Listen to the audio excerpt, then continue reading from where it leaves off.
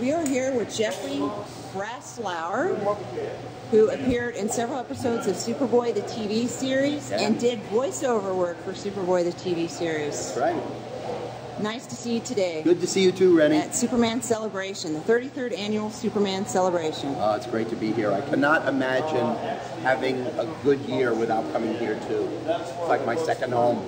So, tell me about what you did on Superboy, the TV series. Okay, when I first worked on the Superboy TV series, it was mainly to do voiceover work. I would loop other actors. I would do some wild spots as far as various crying and yelling and screaming and yay, it's Superboy, you know, that sort of thing. And I wound up overdubbing another actor. And it was in the episode Mr. and Mrs. Superboy.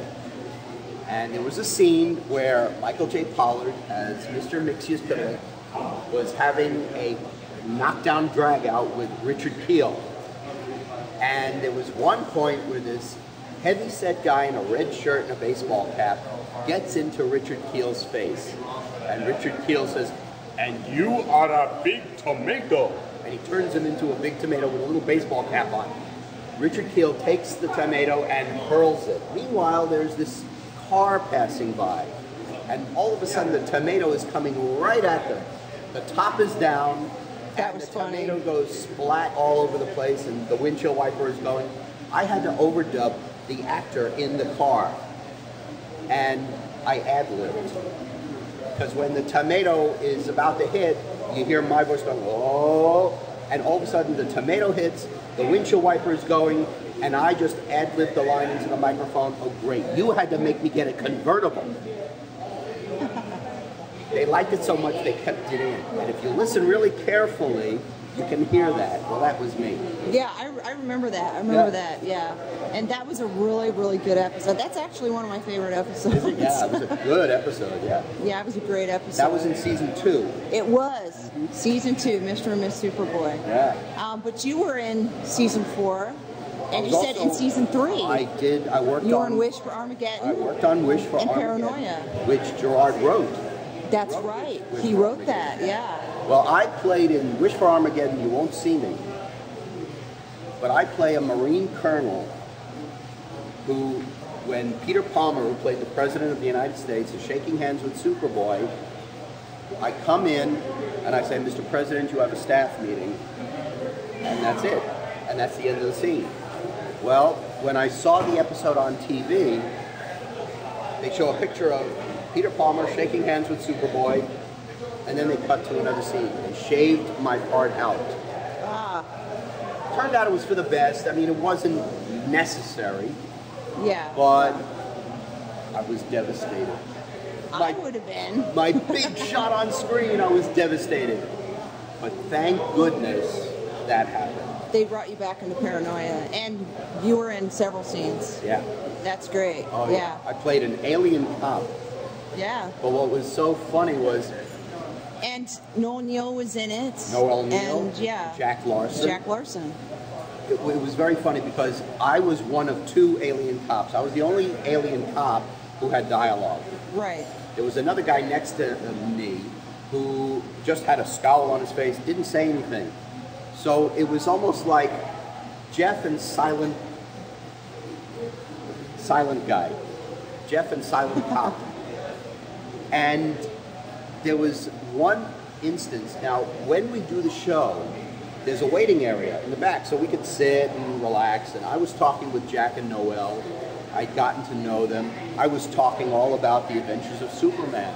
That's so nostalgic. I would love to just sit down with those 2 and just talk about that show. Jack is amazing because... Oh, he is, and he's still acting. Yeah. I saw him on something like, I can't remember what it was. I think it was like LA Law or something.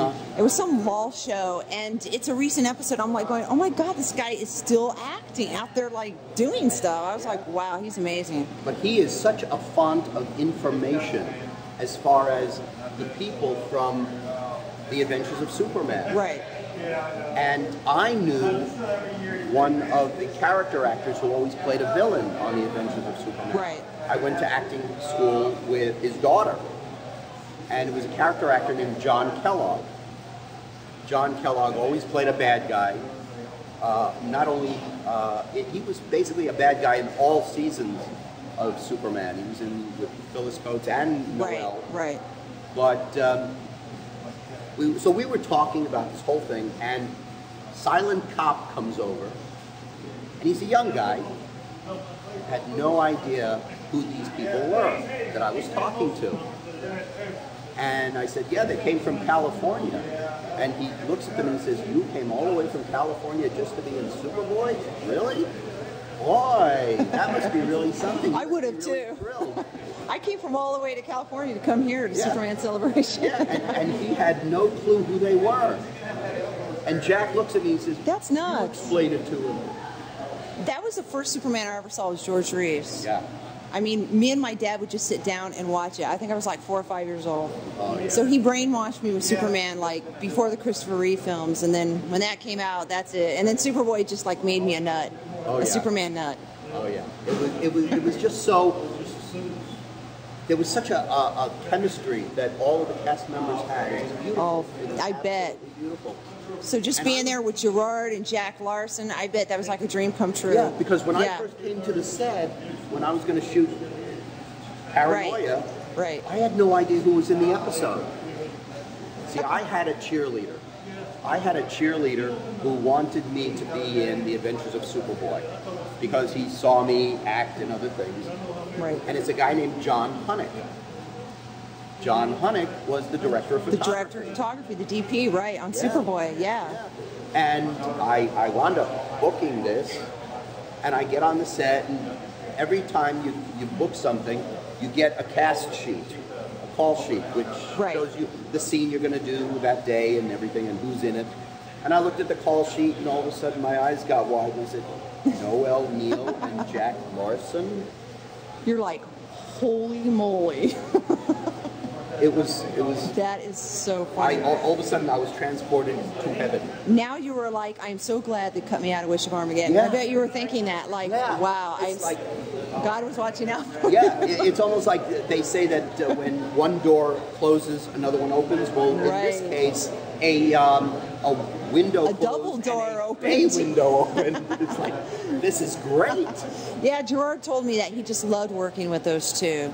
That was just fantastic. So what was it like working with Gerard Christopher? Oh, it was absolutely wonderful. He's great, very warm, very friendly, very accessible on the set. And it turns out that we come from the same town. Right, the Bronx. The Bronx, New York. That's what you're telling me, yeah. So what about that flying shot? Tell me about that flying shot, that one we see where he comes down, he flies straight down. That was such a fantastic flying shot. He was actually giving specifics to the guy in charge of the flying. Really? Yeah. He was saying, basically, what I'm looking for is I want a quick descent where I do a soft landing. Right.